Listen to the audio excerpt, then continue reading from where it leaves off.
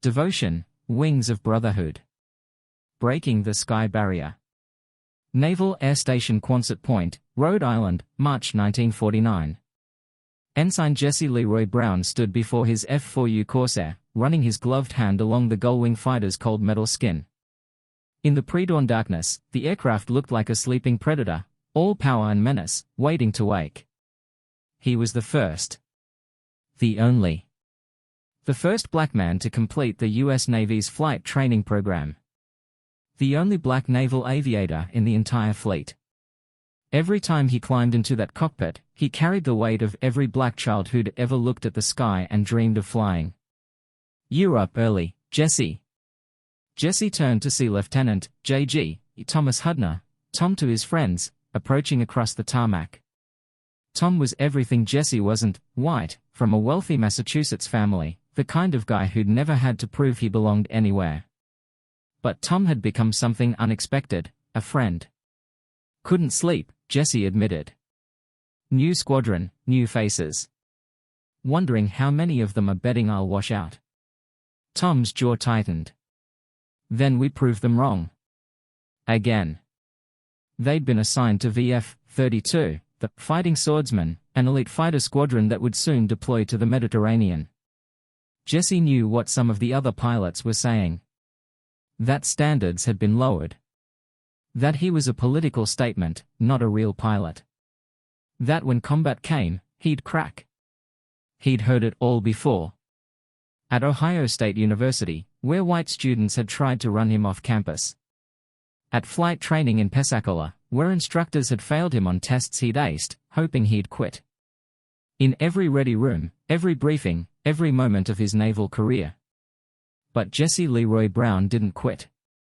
His wife, Daisy, had sewn a small piece of paper into his flight suit, tucked near his heart.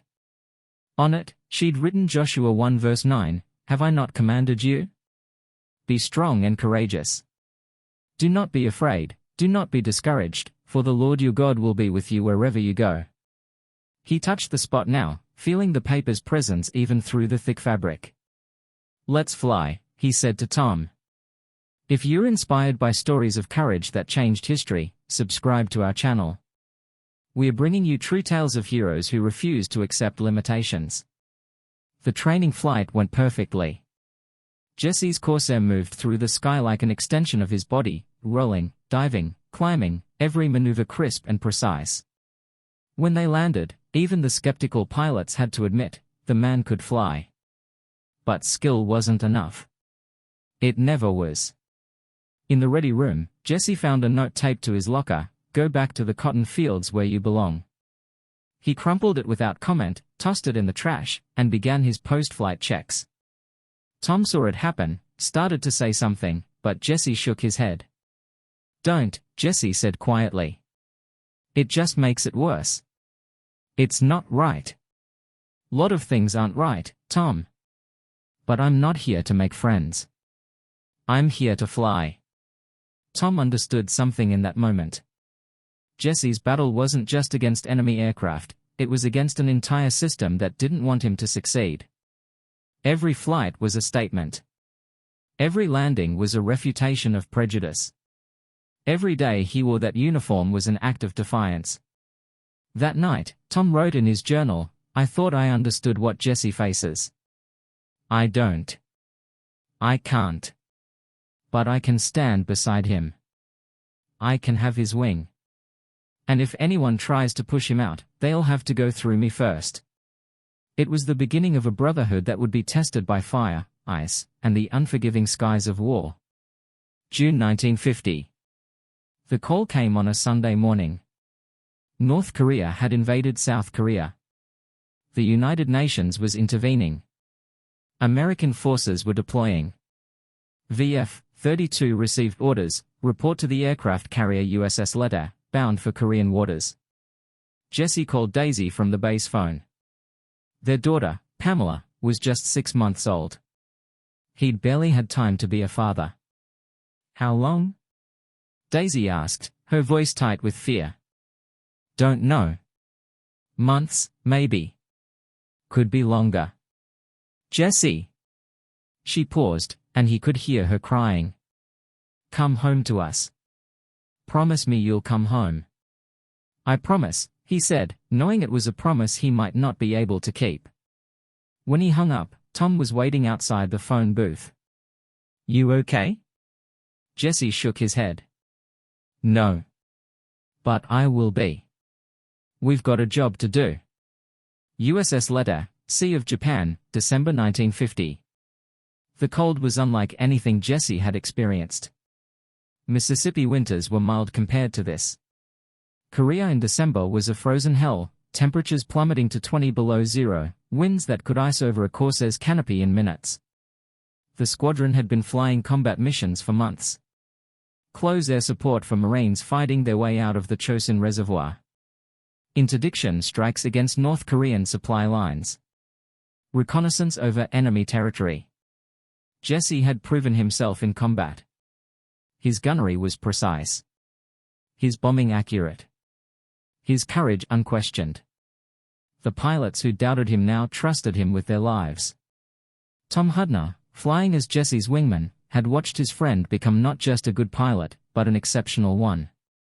In a squadron full of aces and combat veterans, Jesse stood out. Make sure to hit the like button if this story is resonating with you.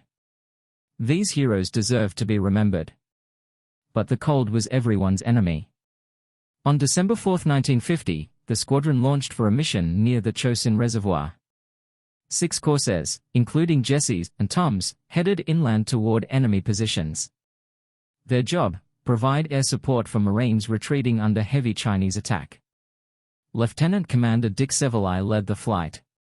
Stay tight, watch for ground fire, and keep your eyes on your temperature gauges. This cold will kill an engine faster than enemy fire. They flew over a landscape of white mountains and frozen valleys. Below, they could see the thin line of American forces, Marines fighting a desperate rearguard action against overwhelming Chinese numbers. Ground forces marking targets with smoke, Severly called. We are going in hot. The Corsairs peeled off, diving toward Chinese positions.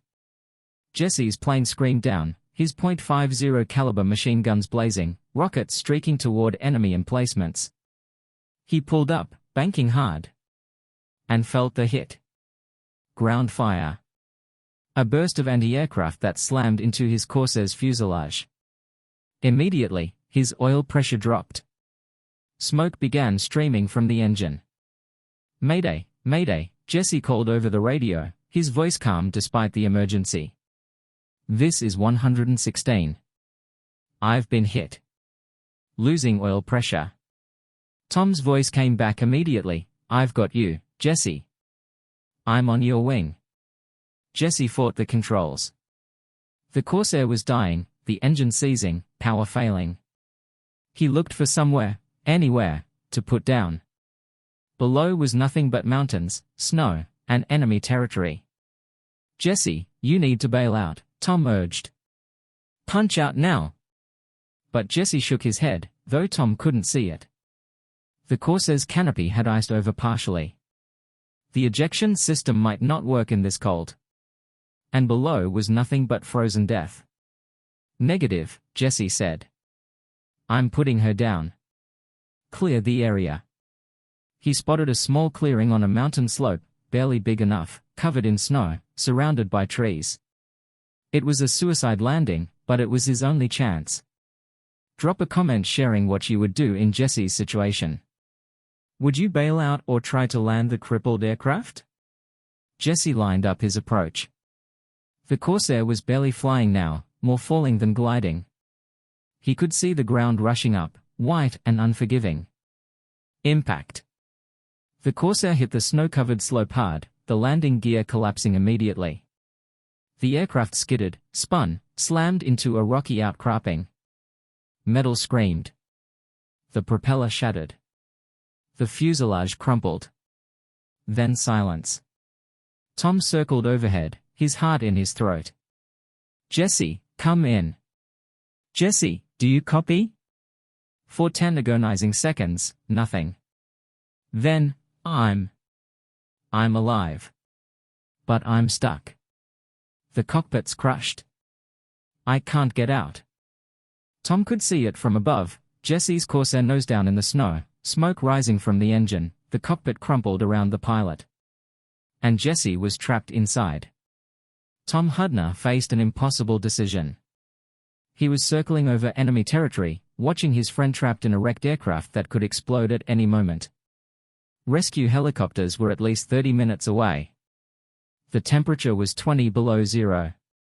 Chinese forces were known to be in the area. Every regulation, every bit of training, every ounce of common sense said, stay airborne, call for help, wait for rescue. But Tom looked down at that wreckage and saw his friend dying. He made a choice that would define the rest of his life. I'm going in, Tom announced over the radio. Negative. Sevalai shouted. Hudner, that's an order. Stay airborne. I'm sorry, sir. I can't do that. Tom pushed his stick forward and dove toward the same mountainside that had nearly killed Jesse. He lowered his landing gear, knowing it would probably tear off on impact. He aimed for a flat spot near Jesse's wreck. He whispered John 15 verse 13, greater love has no one than this, to lay down one's life for one's friends. Then he hit. His Corsair slammed into the snow with bone-jarring force. The landing gear collapsed as expected. The aircraft skidded, spun, and came to rest less than 100 yards from Jesse's wreck. Tom was unhurt. He yanked off his harness, popped the canopy, and jumped out into the bitter cold. His breath frosted immediately. His face burned. But he ran toward Jesse's plane. Jesse was conscious but fading. Blood covered his face. His legs were crushed beneath the crumpled instrument panel. Smoke was getting thicker. Tom? Jesse's voice was weak. You crazy son of a bitch. You crashed your plane? Couldn't let you have all the glory, Tom tried to joke, but his voice broke. He grabbed the cockpit frame and pulled, trying to free his friend. The metal wouldn't budge. He pulled harder. Nothing. Tom! Jesse coughed. You gotta go. Chinese will be here soon. I'm not leaving you. Tom ran back to his own wreck, grabbed an axe from the emergency kit, and returned. He began hacking at the Corsair's frame, trying to create an opening. The axe bounced off the tough aluminum. His hands were going numb from the cold. Minutes passed. The smoke grew thicker. Jesse's responses were becoming slower, his voice weaker. Tom! I'm cold. So cold. Tom packed snow around Jesse's face, trying to keep him conscious. He pulled off his own flight jacket and draped it over Jesse, though it did little good. Stay with me, Jesse. Helicopters coming. Stay with me. Jesse's eyes focused on Tom's face. Tell Daisy, tell her I love her. Tell Pamela, tell her daddy was a pilot. That I flew. You're going to tell her yourself, damn it. Jesse, stay awake. But Jesse's eyes were closing. The cold, the injuries, the smoke, it was too much. Tom, thanks for being my friend. For treating me like a man. Like a brother. You are my brother, Tom said, tears freezing on his cheeks. Jesse, please. Please don't leave. A sound in the distance, helicopter rotors. They are coming. Jesse, they are here. Hold on. But Jesse Leroy Brown, the first black naval aviator, had already gone. Before we continue, please subscribe if you haven't already. Stories like these need to be preserved and shared with future generations. The rescue helicopter landed, and the crew rushed over. They tried everything, axes, crowbars, desperate strength, but the cockpit wouldn't open. Jesse's body was frozen in place, the aircraft a metal tomb. Chinese forces were closing in. The helicopter crew had to make the same impossible choice Tom had faced, stay and die, or leave Jesse behind. We have to go, the pilot said to Tom. Now. Tom looked at Jesse's face, peaceful now, free from pain. He wanted to scream, to rage, to tear the aircraft apart with his bare hands. But Jesse was gone. "I'm sorry, brother," Tom whispered. "I'm so sorry." They pulled him into the helicopter. As it lifted off, Tom watched Jesse's Corsair disappear into the white landscape. His friend would remain there, on that frozen Korean mountainside, forever. USS Letter, December 5, 1950. The squadron held a memorial service on the carrier's flight deck. Every pilot, every crew chief, every sailor who'd known Jesse stood in the bitter wind as the chaplain spoke. But it was Tom Hudner who gave the eulogy. "Jesse Brown was the best pilot I ever flew with," Tom began, his voice raw. "But that's not why we're here. We're here because Jesse was the best man I ever knew. He fought 2 wars, one against the enemies of freedom, and one against the prejudice of his own country. He won both. Jesse never asked for special treatment. He never complained. He just did the job, better than almost anyone, and he did it with grace and dignity. He proved that courage has no color. That excellence transcends race. That brotherhood is stronger than bigotry. I tried to save him. I failed. But Jesse saved me. He saved all of us. He showed us what it means to persevere.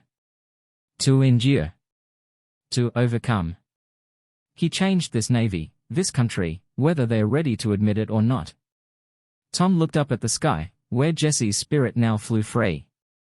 Psalm 91 verse 11 says, "For he will command his angels concerning you to guard you in all your ways." Jesse's flying with angels now. And someday, when my time comes, I hope I'm good enough to be his wingman again. The Navy awarded Tom Hudner the Medal of Honor for his attempted rescue, the first time that medal had been awarded in the Korean War. But Tom never felt like a hero. For the rest of his life, he felt like he'd failed. He carried Jesse's memory like a weight. He visited Daisy and Pamela, trying to explain what had happened, trying to convey how much Jesse had meant. He spent decades advocating for civil rights, for diversity in the military, for recognition of Jesse's legacy.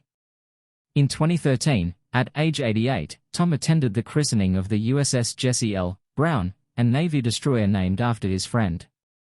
He stood on the deck with Pamela Brown Thorne, Jesse's daughter, and wept. "Your father," he told her, "was the best of us. Everything I've done since that day has been an attempt to honor his memory." Pamela took his hand. "You already did, Mr. Hudner. You crashed your plane to try to save him. You risked everything for a black man in 1950. Do you know how rare that was? How brave? He would have done the same for me." "I know," Pamela said. "That's the kind of man he was." The word devotion has many meanings. Religious faith. Loyalty. Dedication. But in the case of Jesse Brown and Tom Hudner, it meant something deeper: brotherhood that transcended race, sacrifice that ignored self-preservation, love that conquered even death. Jesse Leroy Brown flew his last mission on December 4, 1950. But his legacy flies on. Every black pilot who enters the Navy walks in his contrails. Every person who faces discrimination and refuses to quit carries his spirit. Every American who believes in equality honors his sacrifice. He was 24 years old when he died. He'd been a naval aviator for less than 2 years. He flew fewer than 20 combat missions. But in that brief time, he changed the world. Tom Hudner lived to be 93, dying in 2017. In his final interview, he was asked about Jesse. "People call me a hero," Tom said. "But I'm not. I failed to save him. The hero was Jesse, who overcame every obstacle America put in his path to become the best pilot in the Navy. Who flew into combat knowing he'd never get full credit for his achievements. Who died doing the job he loved, protecting the Marines below. I've thought about that day every single day for 67 years. I've asked myself 1,000 times, what could I have done differently? Could I have pulled harder?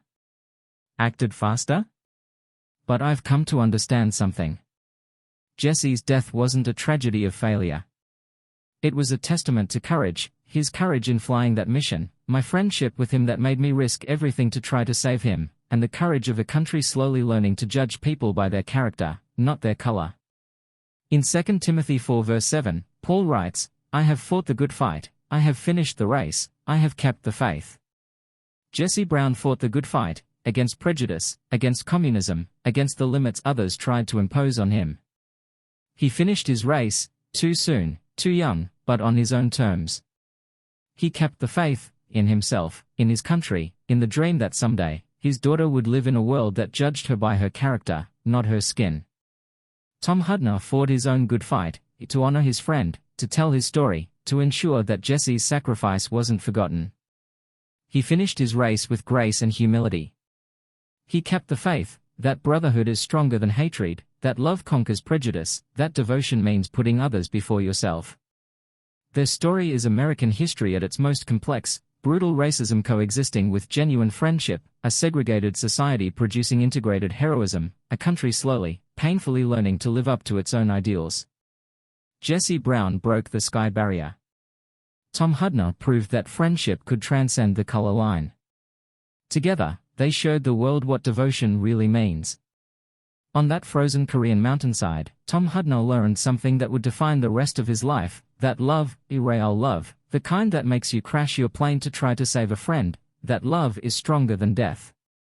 Jesse died, but the love between them, the brotherhood they forged, the example they set, that lives forever. Every pilot who serves today flies in the shadow of Jesse's wings. Every person who stands up against injustice honors his courage. Every friend who risks everything for another lives out the devotion these two men embodied. Jesse Brown's last flight ended on a frozen mountain.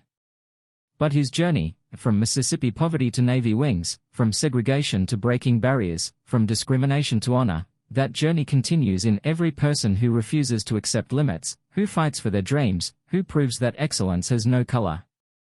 The Corsair that carried Jesse Brown into history sits in the Smithsonian now, a testament to courage. But the real testament flies higher, in the hearts of everyone who believes that we are, as Galatians 3 verse 28 tells us, neither Jew nor Gentile, neither slave nor free, nor is there male and female, for you are all one. One in courage. One in sacrifice. One in devotion. That's the legacy of Jesse Brown and Tom Hudner. That's the story written in the frozen skies of Korea. That's devotion.